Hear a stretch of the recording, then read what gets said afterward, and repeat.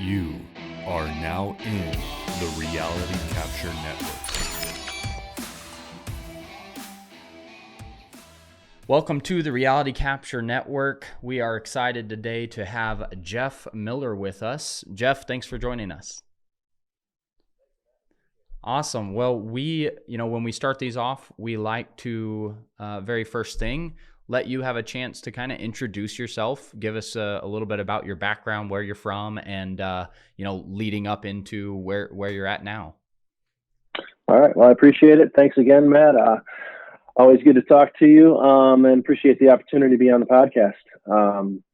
So again, name's Jeff Miller. I grew up in Detroit, Michigan. When I was 18 years old, I kind of fell into land surveying. My neighbor's son and I went to high school together, and he randomly asked me one day if I wanted to start working with him. Yeah. Didn't know what land surveying even was or what it entailed at all.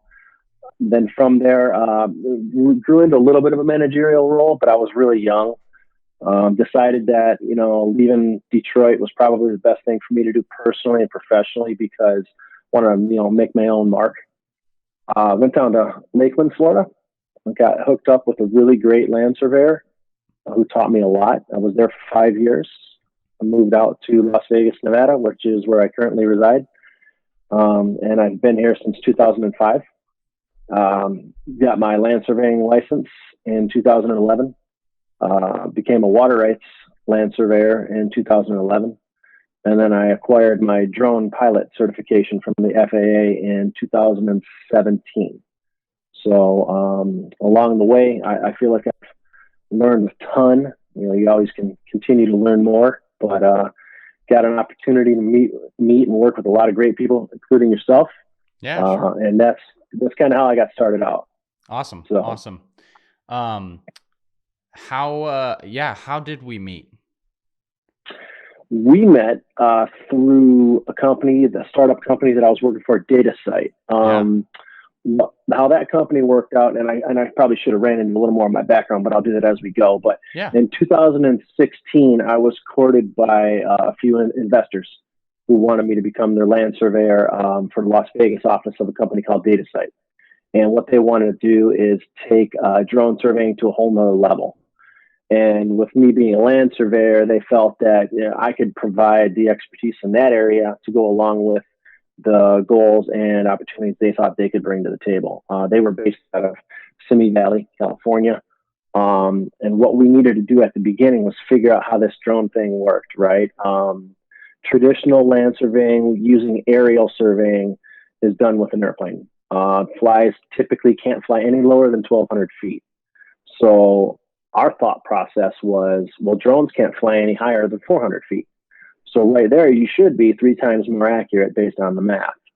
Ran across yourself through LinkedIn and asked you guys to perform the back end processing. And it worked out really well. You guys helped get us kickstarted because at that point, we really didn't have all the employees in place. We didn't have all the equipment in place. We were flying by the seat of our pants. And we needed somebody who had a little bit of the expertise like you did. And I think it helped you guys out a little bit growing in that area as well. Mm-hmm. We did probably about 5 or 6 projects together. I will say, and this isn't a plug for you guys, but it is, that you guys turned that stuff around really quickly because we didn't give you a lot of time to do it. And everything worked out really, really well.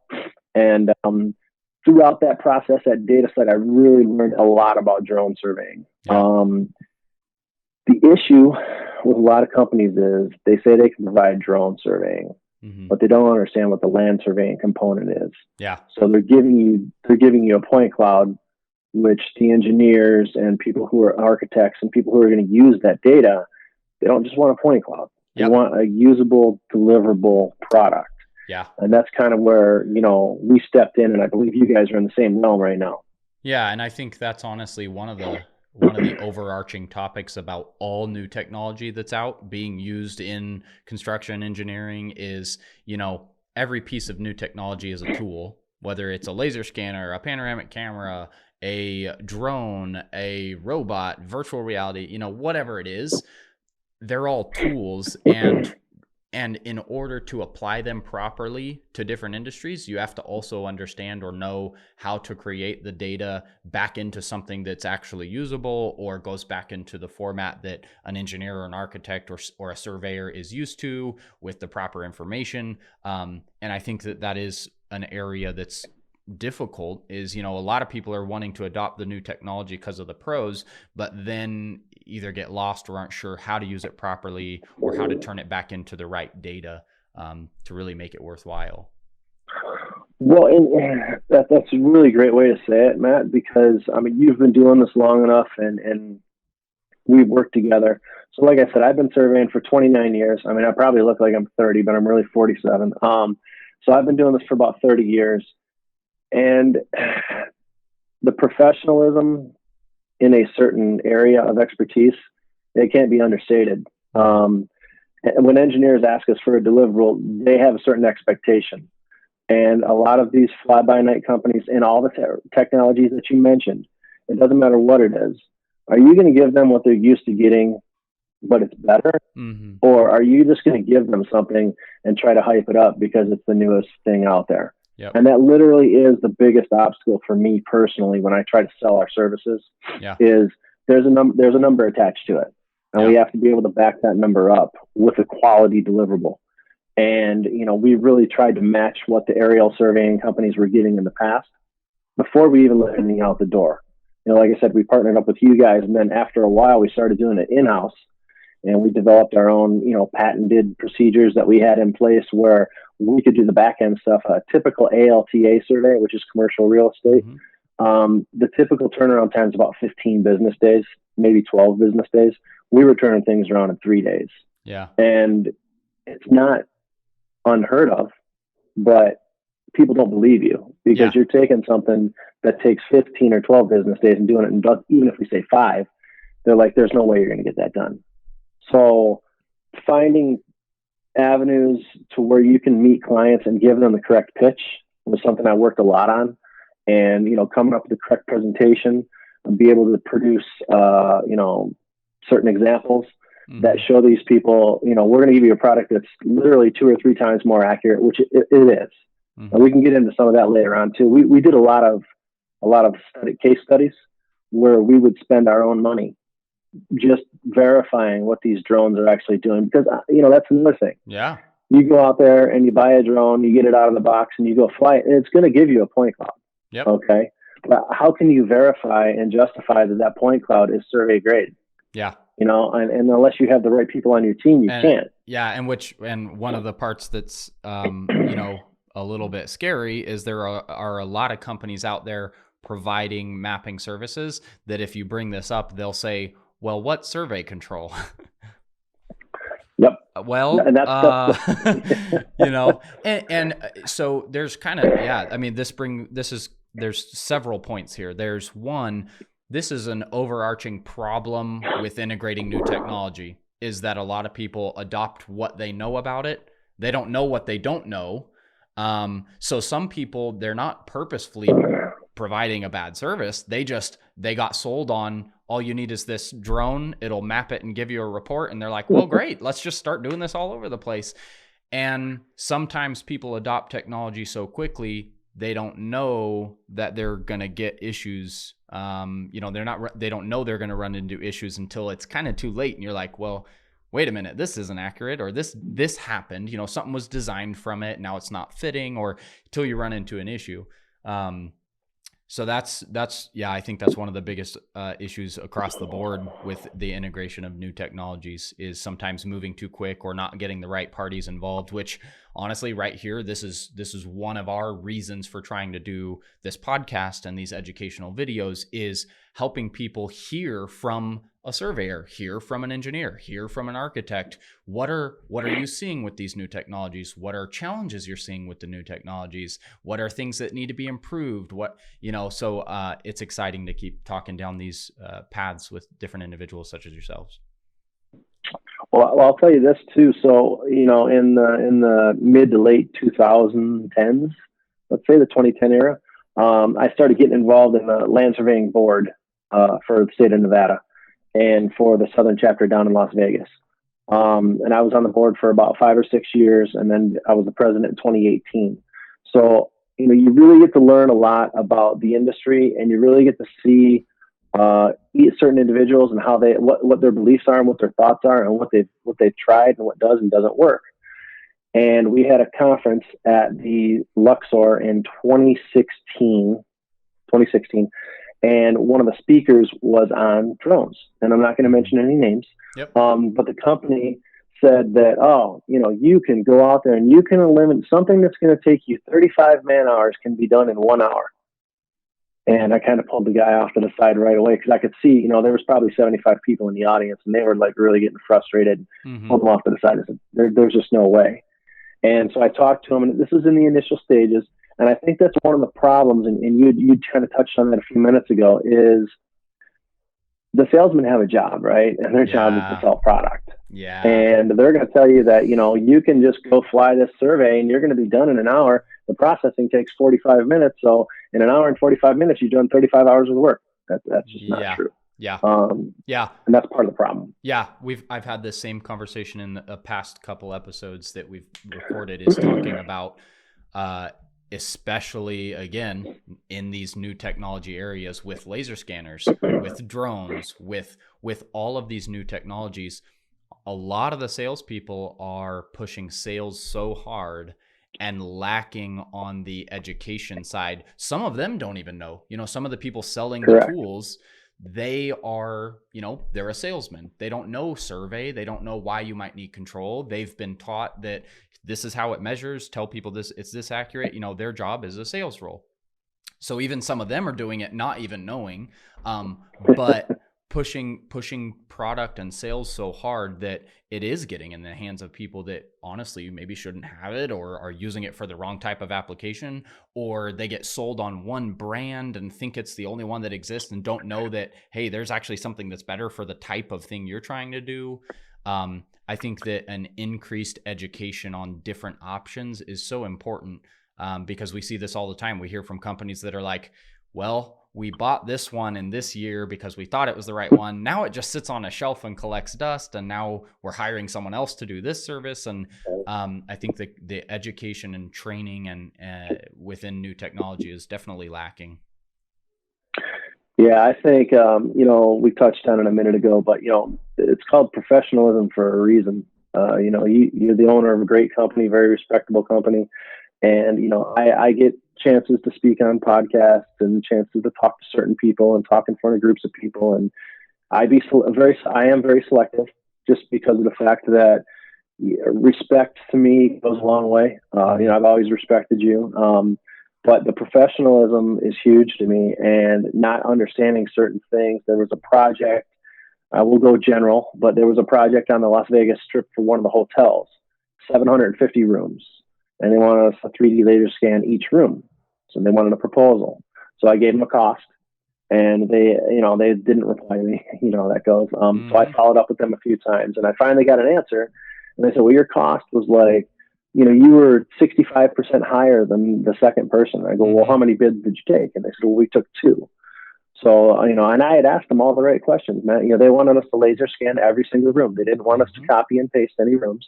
And I gave them a price, and it was a fair price. And somebody came in with a backpack scanner, and they came in at, like I said, 35% of where I was. And it's frustrating because, at the end of the day, that casino went back to them and said, what is this? Yeah. That deliverable was probably absolutely brutal. And you and I could have talked to the casino and said, listen, we can come in a third lower. We can do this and we can do that, and we can make things work for you. But you rarely get that chance. It's a one-time chance to put out the proposal unless you know the client. And it's frustrating because I think, you and I think the same way when it comes to putting out a very high quality of product. Yeah. It costs money.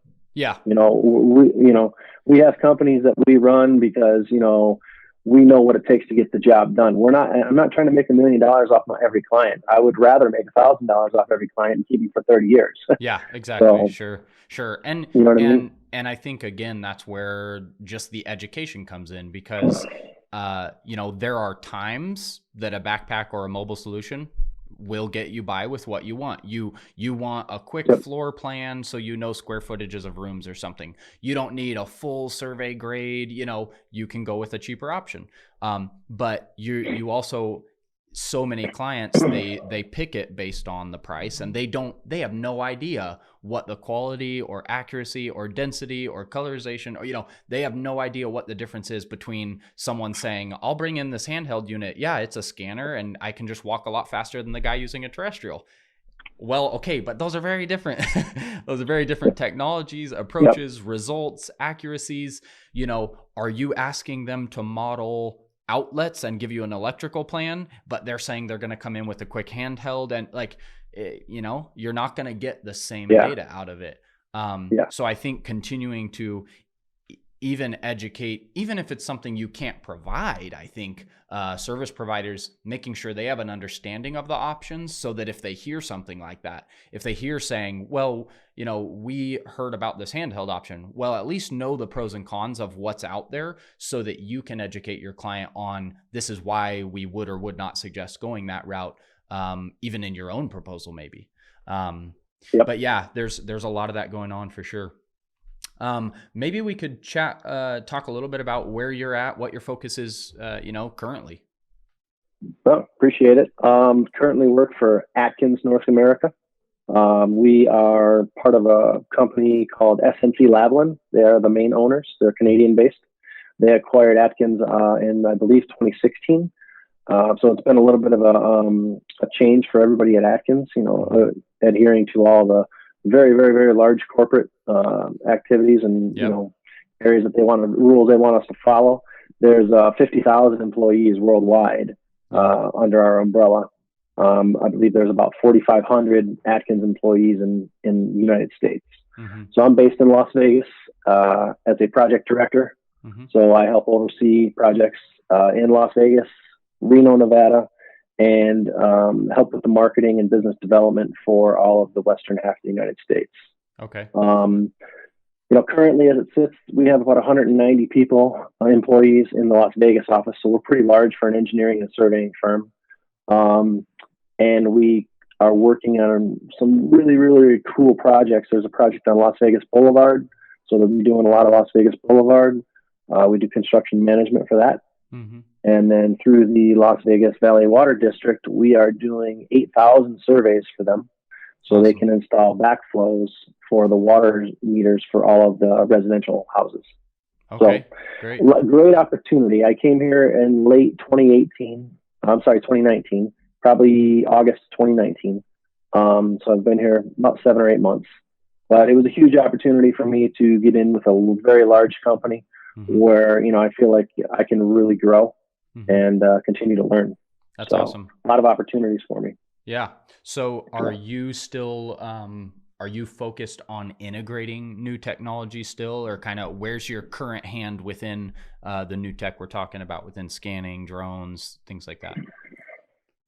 Well, I think that's actually a really good question, because for being as large of a company as we are, one would think you'd pop in and they'd have 50 drones and 50 scanners, across the United States. And I was a little bit shocked that they don't.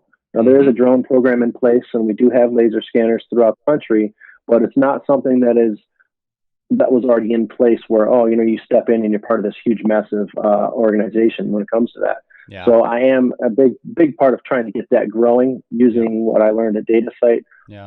Russ Wonders was a gentleman that I worked with over at DataSite who came over with me, and we are integrating the drone surveying with the traditional land surveying as well as 3D scanning. So trying to bring the technology to a company that maybe wasn't as technologically advanced as they wanted to be. Yeah. So that was the main reason they wanted to bring us over. Yeah. Which I know, like you said, and that was my experience as well, previously working at a large corporate firm, is a lot of people defaultly think, oh man, big company, high dollar projects, like they are up to date with the latest and greatest, using all the new technology, latest software. Like, oh man, they're so far ahead. When honestly, that's almost usually the opposite. The big companies have such a hard time adopting new technology because it's way more of an effort. You have to worry about company-wide policies and risk. You have to worry about, okay, if we decided to pull the trigger on a new software platform, we have to, are we providing it to thousands of people or a small division? It's a much bigger decision sometimes to make. And I found it was kind of hard to push and integrate it, even though it's an awesome opportunity internally to a big company. It's a challenge to really fully push it to where sometimes us innovative people can already picture like, man, I could build out this program and be scanning and drone for like all these internal projects. Sometimes it's hard to do internally, which I think is why it's also nice to find companies that are focused on the technology. And a lot of companies have decided, you know what, it's a lot easier to pull the trigger partnering and working with firms than build a firm-wide program. I think both are optional. It really takes some leaders that believe in it and know and kind of champion it internally in big firms to make it happen, I think. I literally think you hit the nail on the head. I really do, because I was thinking I was going to walk in here. So what ended up happening is, a bunch of us came over from DataSite. 7 or 8 people did. And I was like, oh, it's going to be great. We're going to come over today, and tomorrow we're going to be rolling. And there was nowhere like that. And there's a lot of hoops you have to jump through.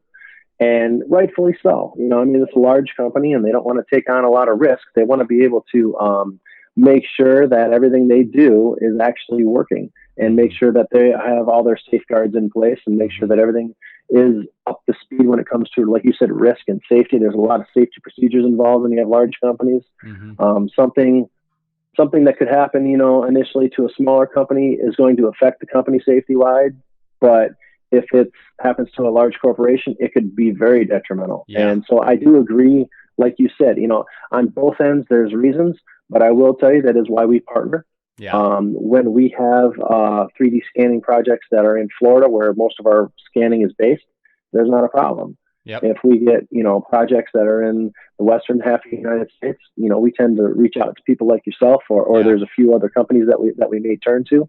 Even DataSite, my former company, we use them for the processing and drone work, because you guys have specialists, and those specialists, you have a niche, and you're a little more broad than a lot of companies that are 3D scanning companies that are just strictly 3D scanning. Mm-hmm. You do a good job of being more generalized and provide a lot more than certain companies do. But you guys have your specialists that are just rock stars that, where you can keep somebody full-time, a specialist full-time. Mm-hmm. It's hard for these large companies to do that, because their idea of marketing is a lot different than Nexus's idea. Yeah. So I agree with you. Sure. Yeah. What, let's see. What's the next thing we could hit on? I know we've got some different bullet points here. Maybe one thing industry-wise, are you focused on a certain industry? I know you talked about different types of projects that you guys are looking at, but industry-wise. That wasn't these are great questions, I'll tell you. That was a huge adjustment for me. So every other land surveying company that I've been at, typically land surveyors, we go after every single project we can possibly go after. Well, I come over to a company like Atkins, that's not their mindset. Their mindset is, we want the largest projects out there only. We're not going to do a residential land survey. We're not doing it. The risk is out there, and we don't want the risk. So we're going after very large projects, like the Water District job or Las Vegas Boulevard through the county. They spend a lot of time and effort in their SOQs for working with counties and federal companies and DOTs and stuff of that nature. So whereas I might have been generalized in the past to just go after everything, now it's a lot more spread out. And I know I said Western United States, but there's been actually some discussions right before Corona that I would actually be trying to get projects across the United States. So kind of unlimited range for me, which is part of the reason I came over here. But yeah, their mindset is, it's a lot different. I agree with it. I think it's a great mindset that they have and a great way of thinking. The leaders at the top of Atkins are very forward thinkers, and they're not thinking about today or tomorrow. So for us, luckily, the coronavirus didn't really phase our company at all because we have these large projects that didn't get shut down. Yep. Whereas, some of the smaller companies or company land surveying, sometimes you have companies that are very residential housing focused. Yeah. And unfortunately, the housing is kind of shut down a lot here in Las Vegas. So that hit a lot of companies pretty hard. Yeah. Yeah. How else, while we're on that topic, how else has the current COVID situation affected you? Or, have you guys, it looks like, working from home, how's virtual stuff going? How's your team still pulling together? I think like everybody, first of all, I hope you guys are safe, and I hope it hasn't affected your company too much. For our company, it probably has affected us a little bit, but everybody's working from home. Yep. There's a very small skeleton crew that's at the office for doing printing large, plan sets and stuff of that nature. Like I said, I think we're around 170, 180 people that are all working from home. So it put a big crunch on our server, which was kind of something nobody really thought about. I think at the beginning, everybody had probably a couple of weeks of, oh my gosh, this is so slow. It's really hard to work from home. And it was tremendously slow. Yeah. I upgraded to the highest internet that I could and was still having some small problems. I'm good to go now. I think it's great working from home. I get to spend some time with my little grandson, and it's an hour and a half commute there and back for me every day. So I'm saving an hour and a half a day.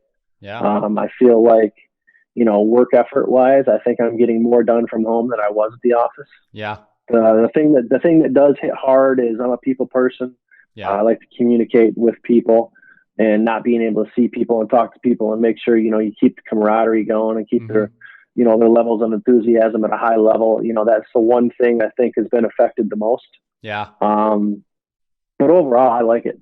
I mean, I like working from home. Yeah. And we see that with a lot of people. There's a lot of people who struggle having to be home by themselves, or they don't have, people that don't have family. And I saw a term, and I started trying to push it out on social media as well, is, not calling this social distancing, but physical distancing.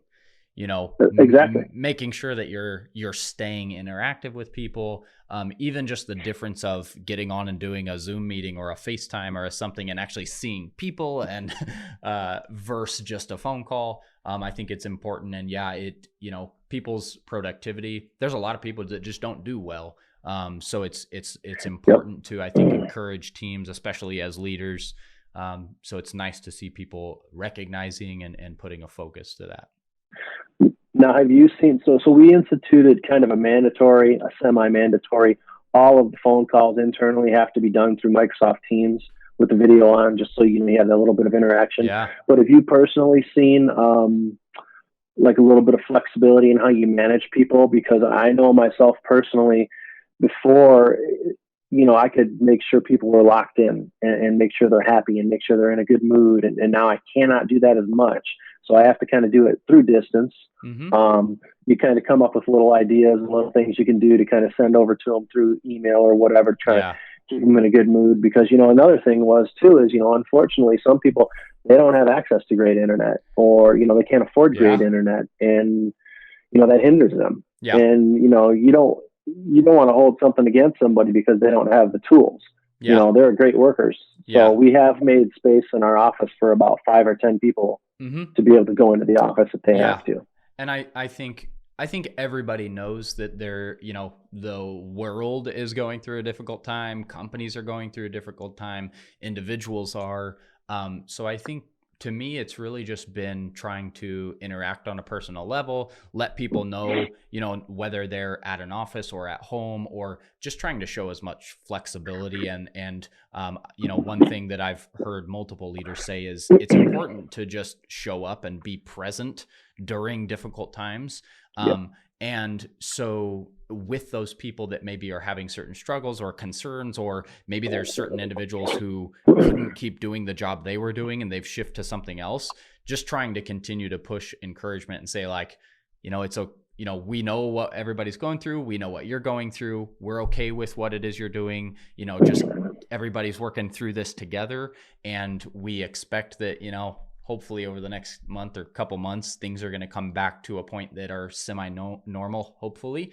I know everybody's still watching that, and there's a lot of unknowns, but I think just being positive and offering encouragement with whichever situation people are in. Yeah. Yeah. And I agree.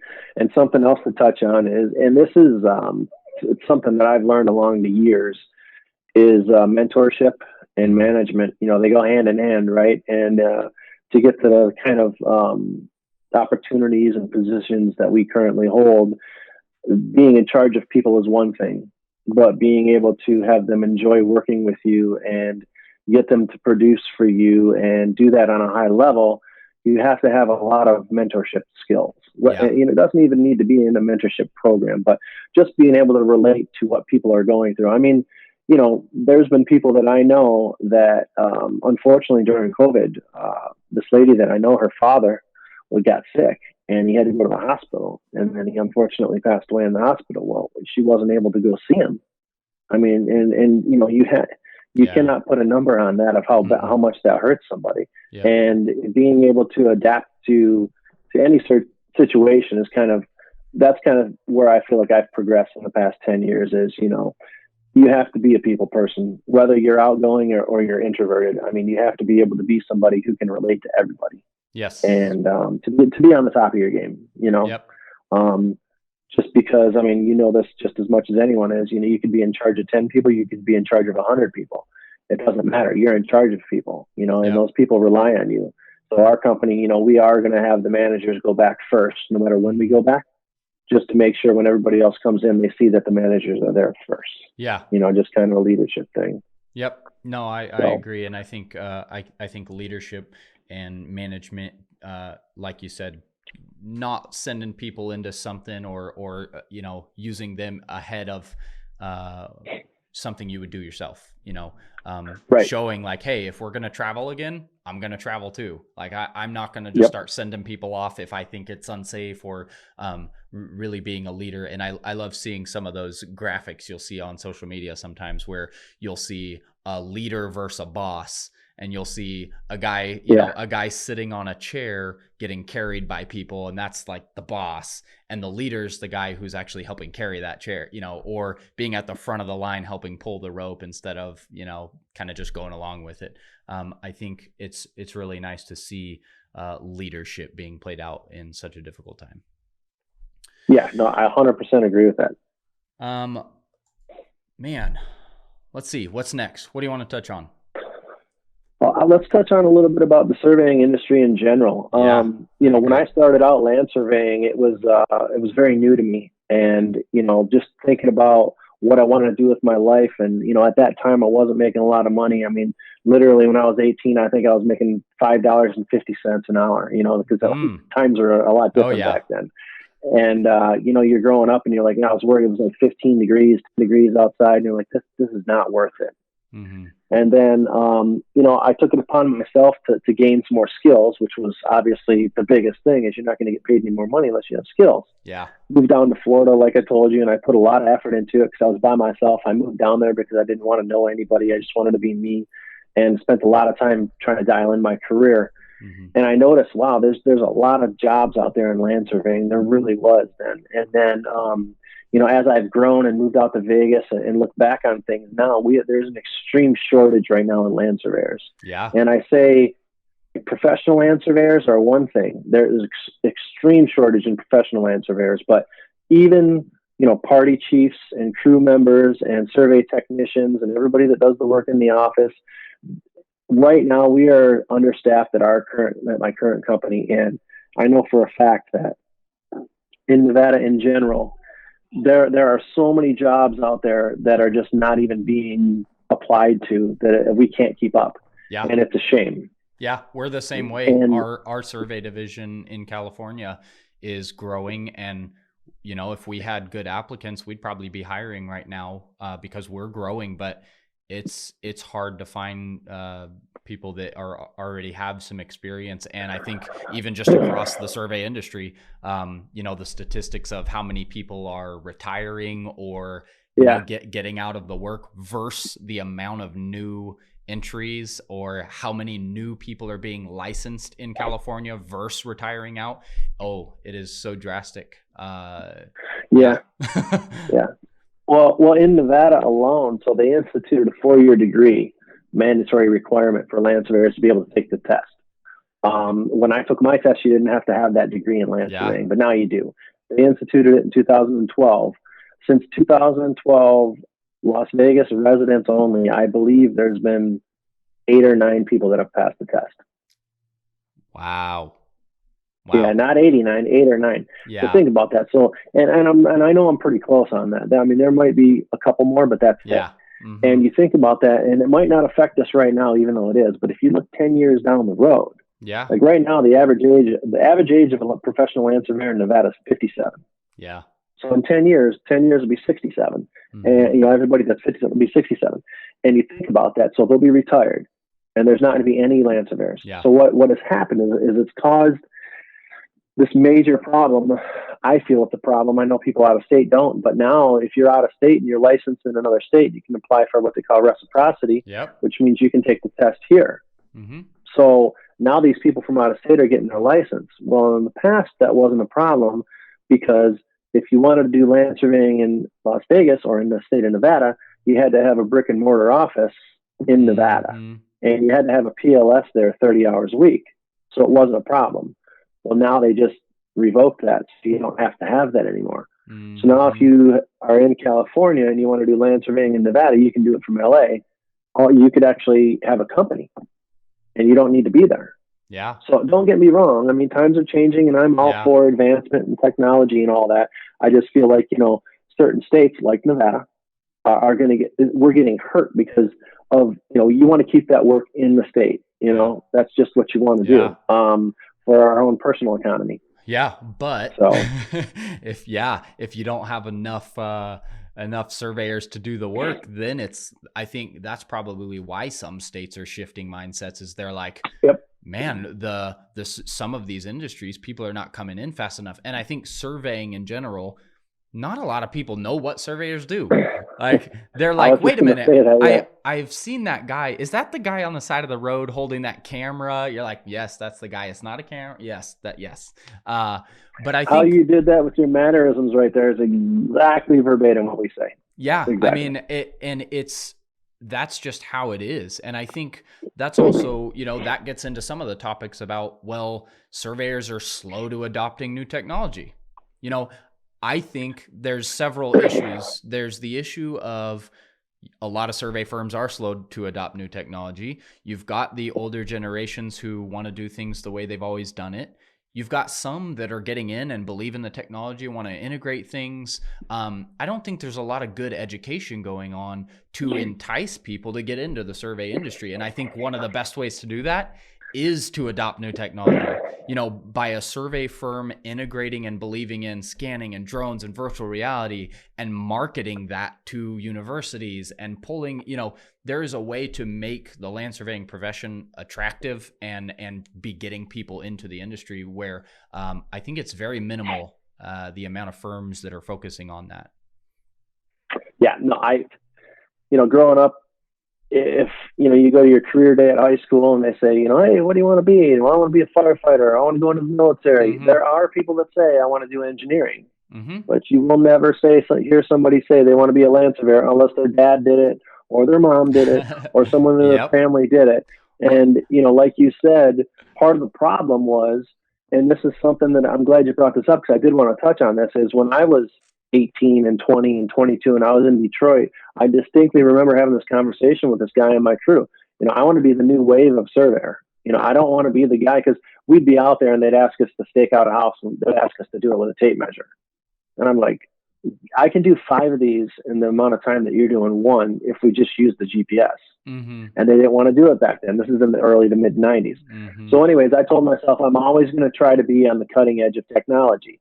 And I left and, went to a company in 2008, Diamondback, and they're still around doing a great job. Trent Keenan's the PLS over there, but they're very high on technology. They were a little bit slow to it, but they were not frowning on it. Mm-hmm. And then when I went to Data Site, the only reason I even left the company I was at to go to Data Site was because of the opportunity to be involved with technology at the forefront. Yep. And I would go to companies and I would try to market this drone stuff.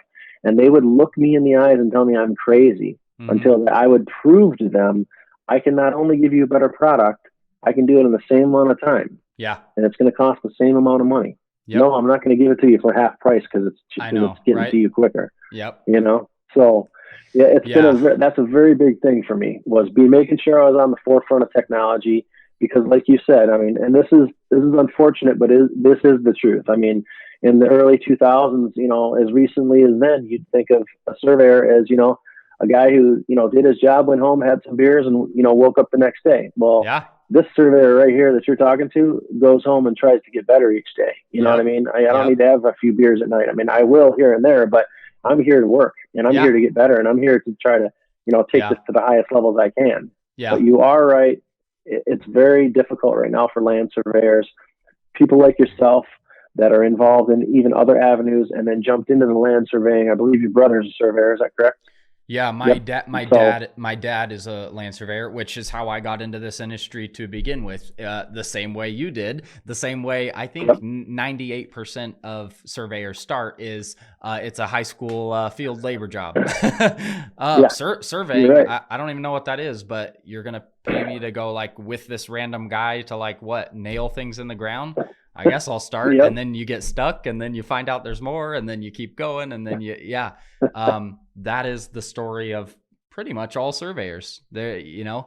And I think right now is the perfect time for surveyors to change that mindset, though, of it not being the, you know, random job because you didn't find anything else to do, you know, and starting laborious. I think it can be an attractive industry, but it just takes some effort and in being innovative and not kind of sticking to the old stereotypes of what a surveyor is, like you said. Yeah, and not, you know, when I grew up, it was still, you know, there was a crew chief on your crew who literally beat the heck out of you every day, not so much physically, but I mean, you know, mentally he beat you up every day, you know, and whereas, you know, they were kind of afraid to let you in on the little quote unquote secrets. And that was the, you know, the unwritten rules of the trade. When I grew up, and like I said, I was a young crew chief. They let me run a crew when I was 19. I wanted the people on my crew to learn everything. You know, if you have enough confidence in yourself, you want them to get better because it helps you. Because then I can be moved up to another position, and then they can do what I'm doing. And, you know, you look at certain things, and now it comes down to is the world's changing, you know, and when I grew up in the 80s and the 90s, you know, when you played football, they would grab you by your face mask and they would physically tell you certain things. And now that's frowned upon, and probably rightfully so, but there's other ways to do it. Yeah. So now I think, you know, if we listen to the younger generation a little bit more, I mean, I'm the first one to tell you that I think a lot of the kids are a little bit, you know, spoiled. Yep. However, I do keep it in mind. And if someone's got an idea, you know, one of my little catchphrases is, listen, I'm going to listen to anybody that wants to give me an idea. And if your idea is better than mine, I think it is, then I'm going to utilize it. Yeah. Now, if it's not, I'm going to tell you why. And then maybe you can refine it and we'll utilize it in the future. Yep. But having that open mind, because, you know, I'm not smarter than you because I'm a professional land surveyor. Yeah. I might be more experienced than you, and I might be smarter than you in land surveying right now, but it doesn't mean that I'm smarter than you in general, you know? So, I mean, I still take my car to a mechanic every time. Yep. And, you know, I still go to the dentist, you know, so, you know, things like that. Yeah, and that's one of my my favorite parts about doing this network and podcast is integrating with different companies, different industries, different people, and you know, at some point we plan to even do some like panel type discussions, bringing different people all together at the same time, because honestly, our business has been built off of collaboration. I mean, I didn't grow up in architecture. I didn't know building information modeling. I'm not a drone pilot expert. I'm not, you know, we've built our entire business of new technology and integration to different industries by being open-minded, by not saying, okay, well, we're going to specialize in laser scanning for this use case in this facility and not ever explore anything else.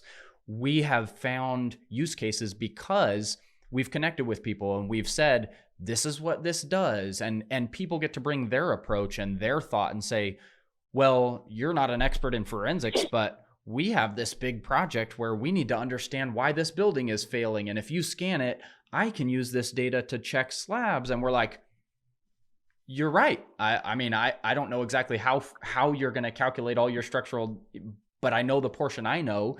And by collaborating with you, we can create something digitally and innovative that's going to give you results that you could have never gotten any other way. So collaboration and bringing together multiple mindsets with the point technology at today, I think is one of the best things that can be done.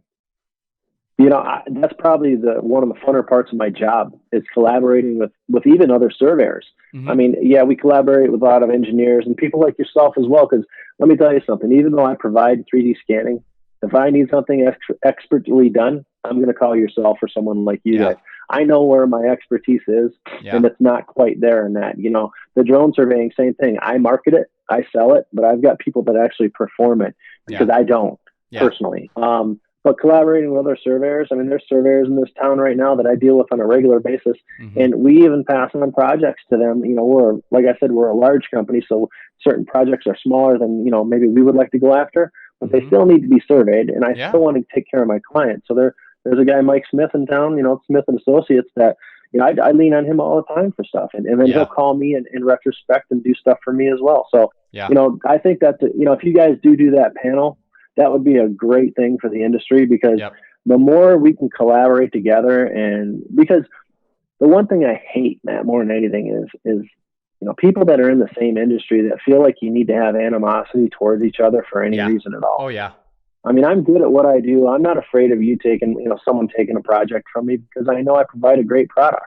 Yep. And so it doesn't scare me to have someone else talk about a project, or, we collaborate with other survey companies, with other engineering firms all the time. Yeah. It's a great part of the business. Yeah. Honestly, that's one of my favorite things about us specifically is people ask us like, well, isn't there a bunch of competition? Who's your competitors? And my answer from day one of starting our business has been, I actually don't have any competitors, because I'm trying to be very open-minded, honest with how we work with people. If a competitor of mine brings us in to help on a project, I'm not going behind their back trying to steal a client.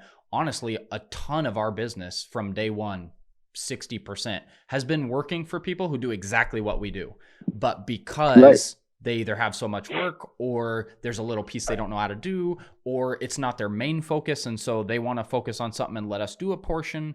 So we have seen such a benefit from not being focused on competition and just being focused on integrating the technology, helping the end client get what they need through collaboration. That's pretty high up on our focus for our businesses, collaboration, being honest and trustworthy, focusing on pushing the innovation, and, training people, not being afraid that they're going to go steal our secrets, but really just pushing the industry forward as a whole. Because even with all the new technology we see, like laser scanning, a lot of people think, oh, it's starting to get saturated. Well, I don't think so at all. I think there is so much work out there that still has not even been touched, that there's a ton of room for continued growth and new companies, new industries. I think there's so much opportunity out there that the focus should be just pushing forward. Yeah, totally agree. And the one thing I don't think that the up and coming youth of our country don't understand too is in 3D scanning and in land surveying. I mean, to certain projects that we work on, I don't think they understand like how much fun you can have on a project. I mean, we've done some killer stuff, and I know you guys have too. I mean, that's part of the problem with getting people into the 3D scanning is awesome, because I think that, it makes them feel a little bit more excited than if I say land surveying in general. But there's just so many projects that, we've been a part of, and you guys have been a part of, that if the youth understood how fun work can be. And the best part of my job is I really truly don't feel like I work. I feel like I enjoy it. You know, I really do. Yep. And there's I can tell you right now, I could probably count on one finger how many times I've woke up in the morning in the past 30 years and said, I don't want to go to work. I mean, I love it, and that's what you got to find when you're younger like that. You want to find something that you want to wake up every day and go to work. Yeah. And not only go, you want to wake up and get better, you know? Yeah. And honestly, even for myself, you know, I'm younger, and the technology is what is building my career. You know, I got into surveying because it was a job, and, you know, my dad was in it, and I was working on a field crew and, you know, going out to oil and gas facilities every day and doing construction staking, you know, kind of going the typical survey route. And, you know, honestly, I wasn't super excited about it. I mean, it was a job. But when I got into new technology, when we first learned about laser scanning, and I became the person to kind of head that up and look into it because I was younger, you know, I was good with computers. From that moment forward, my focus has been the new technology. I've been excited about it. I've built departments at companies.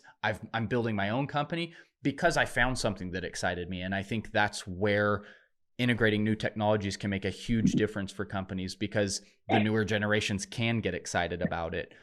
Where, you know, it's probably hard to convince a college kid that traditional land surveying is like super fun and super exciting. It's a needed career. It's a good industry, but the new technology is something that kind of adds that additional interest, I think. Well, the one thing too, to make sure we hit on this is, you know, you have to be somebody that wants to work hard. Mm-hmm. You have to be somebody that understands that there are thousands and thousands and thousands and thousands and thousands of people in the surveying industry who are not professional land surveyors. Oh yeah. They're not professional land surveyors. And the reason is not because they don't want to be, is because they don't want to put the effort in to go through and take all the tests and make sure they pass all the tests and become a licensed surveyor or licensed engineer or whatever it is in your life that you do. You need to be able to be somebody who's going to wake up every single day and try to get better, and stop whining and stop complaining because maybe you're not making as much money as you think you should be. When I do the reviews at the end of the year and the employees come in and they say, you know, I feel like I should be getting paid more money. I need to get a raise. And I say, well, what have you done to earn the company more money than they were earning last year when you were working? The first answer I always get, Matt, is I come to work every day. Yeah. And I tell them that is the worst answer I've ever heard in my life. Yeah. You're supposed to come to work every day. What have you done? What classes have you taken? What skill sets have you worked on? How have you tried to improve? You know, have you gotten your drone license certification, which is not that difficult to get? You know, how are you bettering yourself? Yeah. And if I could say anything to anybody out there that's younger, it's like, be that person that really sells out. Don't be the person that says they're going to do it. Be the person that actually does it. Yep. You know, be the Matt Bird who I met you 2 years ago, 3 years ago, and I was excited to come on your podcast because I wanted to see what you've been up to, because I knew that you've continued to grow and flourish. I knew you weren't stagnant. I knew you weren't doing the same thing you were doing 2 or 3 years ago, and neither am I. Yeah. And, you know, you can't reiterate that enough. You know, you really can't. I mean, my little grandson's 3 years old, and I tell him every day, he might not even understand it, but I tell him every day, you need to get better every day. There you go. You have to. Yeah. So. And I think that is you know, there's that typical millennial term, and you know, there are people that feel like just by putting in their minimum hours, they're just doing such a great job and working so hard. And it's like, you know, those people are needed, but if you want more, if you want to grow in a position, you have to think ahead and not just think about yourself, but think about what you can do to improve, what you can do to add value. You know, I've seen little things, even in employees that I've had, that it's like they wanted to do a little extra, or they did it and didn't say, can I get paid extra for, you know, they did something on their own, or they asked like, can I do some training at home because I want to get better? And it's like, man, those are the people that, you know, they're going to put the effort in. They want to grow. They're going to become more knowledgeable. They're going to become more valuable. And as these industries grow and our companies grow, we need those people that can do more. And, you know, we see it right now. There's a huge lack of people putting in the effort to learn this new technology. I know firms all over the country that are looking to hire people that know laser scanning, point clouds, drones, Revit modeling. There is a huge need for those. And you can in a couple years, you can have a really decent career because of the lack of people. And I'm continuing to try to educate people on that because it's something that, instead of spending 4, 6, 8 years, going to college for something and then getting a job that you don't even use that degree anymore, like you could be getting in with a firm like you guys or us, and learning boots on the ground and get ahead in a new industry that's really up and coming right now. Yeah. And at the end of the day too, when those people do that extra work, they feel better about themselves. And that's the goal, man. It really is the goal, is when they feel better about themselves, they're going to do better work, and I hope that the younger generation really sees that, and they're going to, because at the end of the day, I mean, you hear these people say millennials all the time. Listen, whether we like it or not, the millennials are going to be running the country soon. Yeah. So let's just give them a little bit of trust. Yep. Right? Yep. So. And one of the phrases we say a lot internally when we're talking about employees and work ethic and like where we want to go as a company, we always say our goal is to have the highest paid staff. Like we want to pay our employees the most out of anybody in the country, but how can we do that? In order to do that, we need staff that are excellent. We need staff that are putting themselves ahead. And then the way we can pay them the most is because we're doing such an excellent job for our clients that they demand our services above other people's because we provide such good quality, such customer service, but it's a tiered thing. You can't come in and work the minimum and get paid the highest amount, it's gotta be, and that's where we want to build that in as a culture, having customer service skills, having, innovative ideas and, putting in extra effort. It really has to become a culture because you can't just have a couple people who do that behind closed doors and then the rest of the company's kind of the stagnant, do the minimum type. And I will tell you, culture is the key. That's my favorite word. One of my favorite words is culture, because you want everyone to be part of that culture. Mm-hmm. You hit the nail on the head, because if they're not part of the culture, well, they're going to end up having to leave one day. But if they buy into it, hey, you guys can be the highest paid staff in the country, So that's a great way to phrase it. I truly believe in that word, culture. Yeah. Mm-hmm. That's awesome. Like let me see. Is there anything else you'd like to touch on? I think we've hit on quite a few topics here. Yeah. Yeah. No, I think we talked a lot about what I was hoping to get out. If there's anything, else you want to talk on, I'm more than open. Yeah. No, I'm happy. I think it's nice to. This is the first kind of in-depth we've got in on the land surveying industry specifically, which I think is a great topic to hit on right now.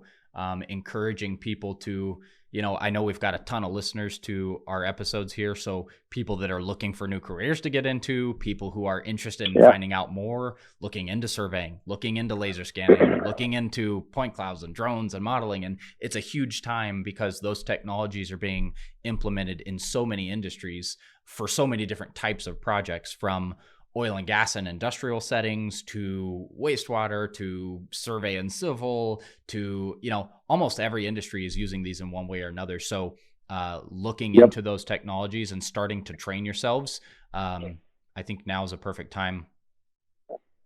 Yeah. And, for me, one last thing is that, growing up, I had a few people that helped, more than a few people, but a few people that stick out in my mind that, helped me get where I'm at right now.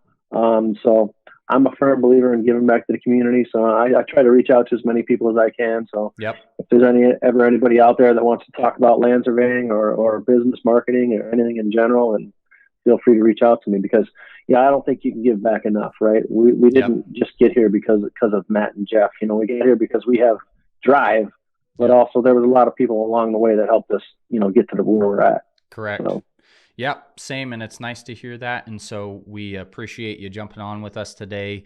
We will be sure to link your profile if people want to connect with you on LinkedIn and chat. And I think the push for collaboration and innovation, it's nice as we continue to do these to try to connect people as well. If there's ever anything we can do for you, feel free to reach out and we'll do the same. All right. Well, I appreciate it, Matt. Thanks again, and appreciate the opportunity. You're welcome. Thanks for joining us, and we'll talk to you again soon. Reality Capture Network, bringing the future to you.